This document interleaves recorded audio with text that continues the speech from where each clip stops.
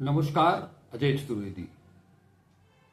भारत की सरजमी पर T20 cricket का विश्व कप उसका आगाज होने में चंद दिन ही शेष रह गए हैं। देश की जनता, देश के खेल प्रेमी उत्सुकता से उस विश्व कप का इंतजार कर रहे हैं कि कब वो टूर्नामेंट शुरू हो और अपने जाबांज खिलाड़ियों को खेलते हुए देख सके। अपने ही क्यों, दुनिया भर से जितनी भी टीमें हैं उन सब का खेल देख सके, चाहे वो बल्लेबाजी हो, गेंदबाजी हो, क्षेत्ररक्षण हो। इस गेंदबाजी में भी चाहे वो तेज गेंदबाज हो या स्पिनर हो, इन सब का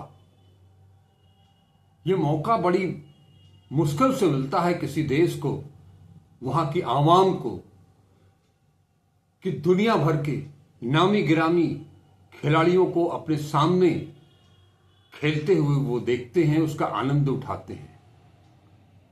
इसके लिए महंगी महंगी टिकट खरीदनी पड़ती है उनको, मैदान में जाते हैं। मैदान में इस तरह के अंतर्राष्ट्रीय मुकाबलों को देखने का रोमांच ही अलग होता है। लेकिन ये टूर्नामेंट भारत में हो रहा है। भारत और श्रीलंका इसकी मेजबानी कर रहे हैं संयुक्त रूप से। इस बीच सब कुछ ठीक ठाक चल रहा था, कहीं कोई अड़चन नहीं थी। लेकिन तभी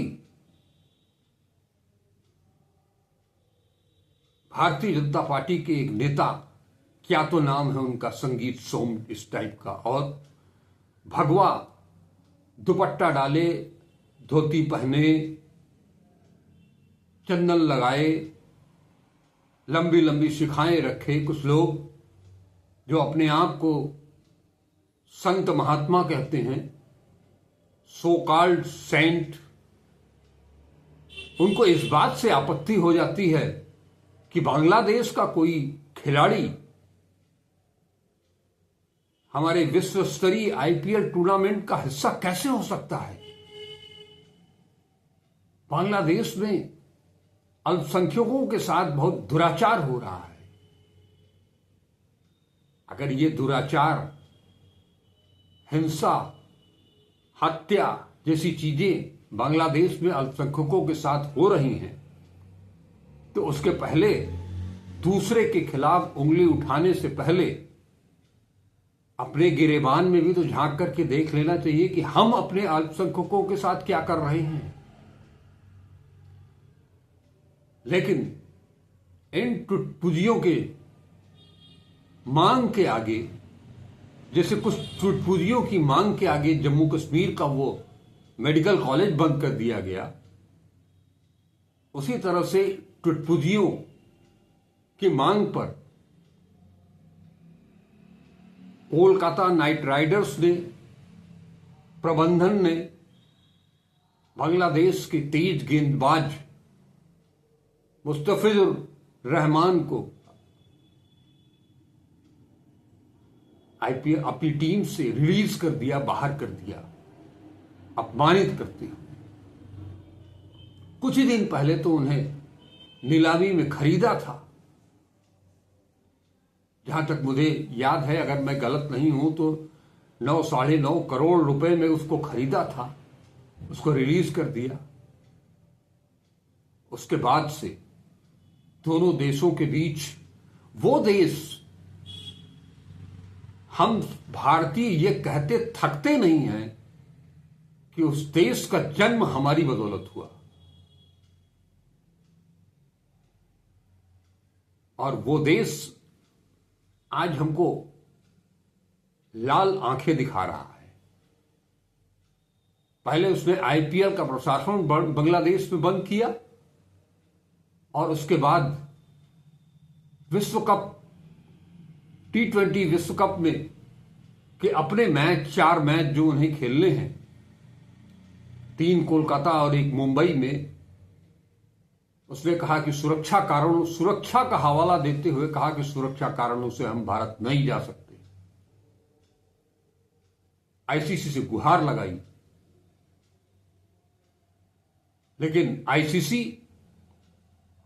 जिसके चेयरमैन हमारे गृह मंत्री के सुपुत्र हैं, आईसीसी ने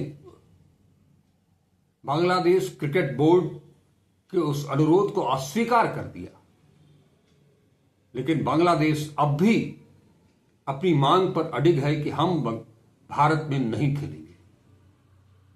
अभी कल ही मंगलवार को ही इस संबंध में वीडियो कॉन्फ्रेंसिंग के जरिए बांग्लादेश क्रिकेट बोर्ड और आईसीसी के अधिकारियों के बीच वार्ता हुई, लेकिन वार्ता बेनतीजा रही।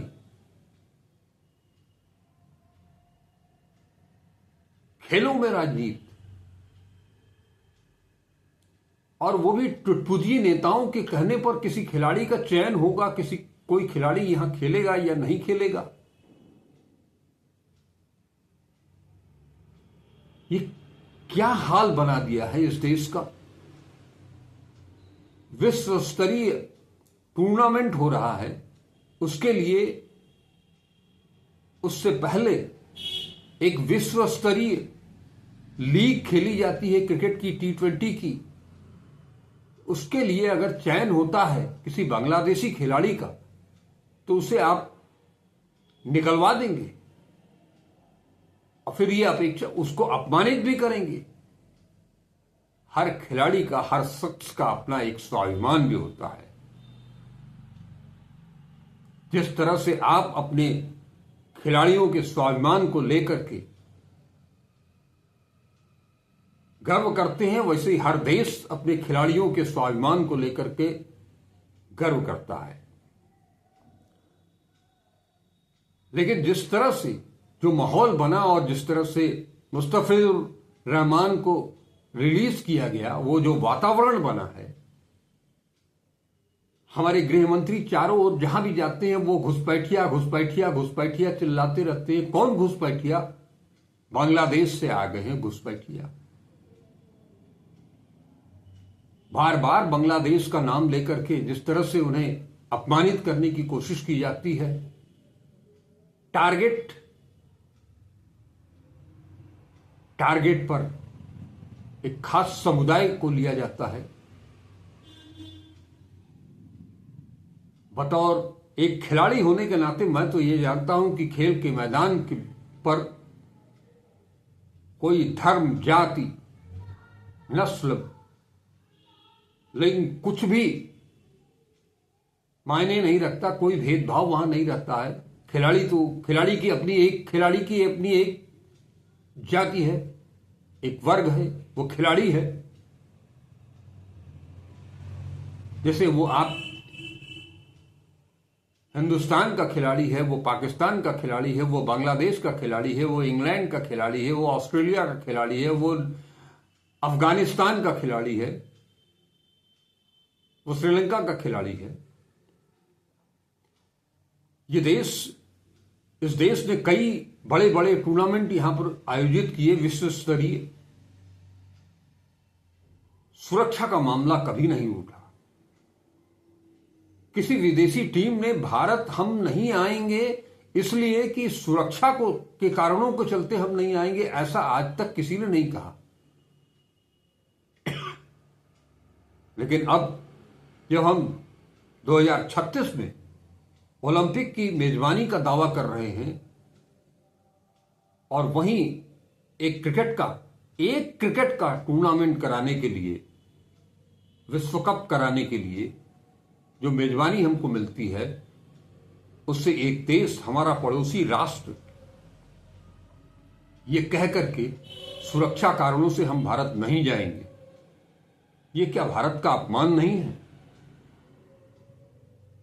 आपने टारगेट किसी और को किया, एक हिंदुस्तानी को टारगेट किया, एक फिल्म अभिनेता शाहरुख खान को टारगेट करने के चक्कर में आपने विश्व क्रिकेट को, उसके आकर्षण को, खेल प्रतिभा को निशाने पर लिया और पूरा खेल आपने उसे भी तंग नजरिए से देखते हुए सांप्रदायिक रंग देने की कोशिश की। ये मामला कहां जाकर के सुलझेगा, इस पर भी एक बड़ा सवालिया निशान है। हालांकि कल की बैठक में दोनों तरफ से, बांग्लादेश क्रिकेट बोर्ड और आईसीसी की तरफ से यही कहा गया है कि कोई विकल्प तलाशा जाए, लेकिन मुझे लगता नहीं है कि कोई विकल्प निकल भी सकता है। हालांकि चाहे कोलकाता हो चाहे मुंबई हो, वहां के दर्शकों के लिए, खेल प्रेमियों के लिए यह बहुत निराशाजनक होगा अगर बांग्लादेश की टीम वहां नहीं आती है भारत खेलने के लिए। तो और अगर दबाव में, किन्हीं दबाव में बांग्लादेश आ भी जाती है, खुदा न करे कहीं कुछ हो, किसी खिलाड़ी को एक खरोंच भी लग जाती है,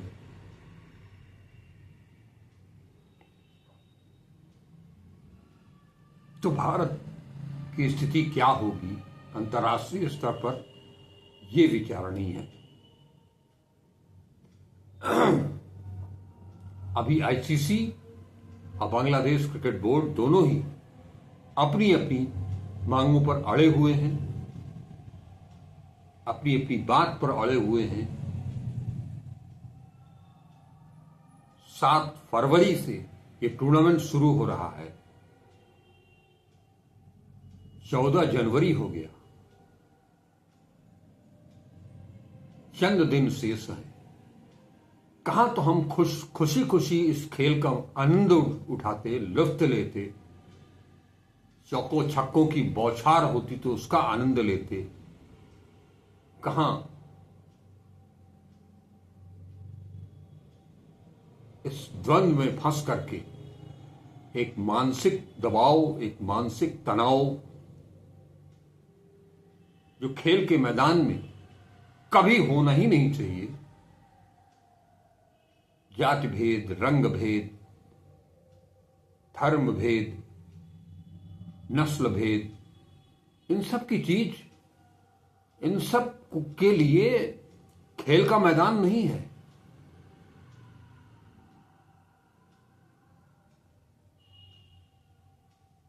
फिर भी हम तो यही चाहेंगे कि सब कुछ अच्छा हो और सौहार्दपूर्ण वातावरण में ये टूर्नामेंट हो। हर कोई, हर देश, वहां के दर्शक, वहां के खिलाड़ी इस टूर्नामेंट का भरपूर लुत्फ उठा सके। लेकिन जिस तरह से भारतीय उपमहाद्वीप और एशिया के भीतर या दुनिया के भीतर जो हिंसा का दौर चल रहा है, ये कब तक चलेगा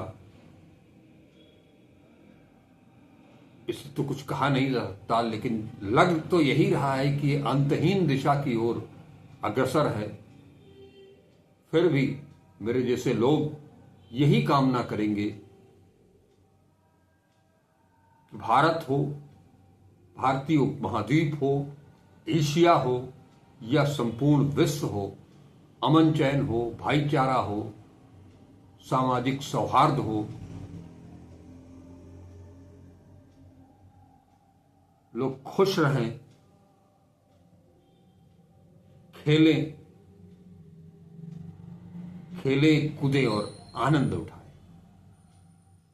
देखते हैं क्या होता है। लेकिन कब तक ये मामला सुलझता है क्योंकि इसे सौहार्दपूर्ण ढंग से ये टूर्नामेंट होना चाहिए। बस यही मेरी कामना है। ये वीडियो आपको कैसा लगा जरूर बताइएगा। अच्छा लगे तो इसे ज्यादा से ज्यादा शेयर कीजिएगा। चैनल को अब तक अगर सब्सक्राइब नहीं किया है तो इसे सब्सक्राइब भी कीजिएगा। नमस्कार, अजय चतुर्वेदी।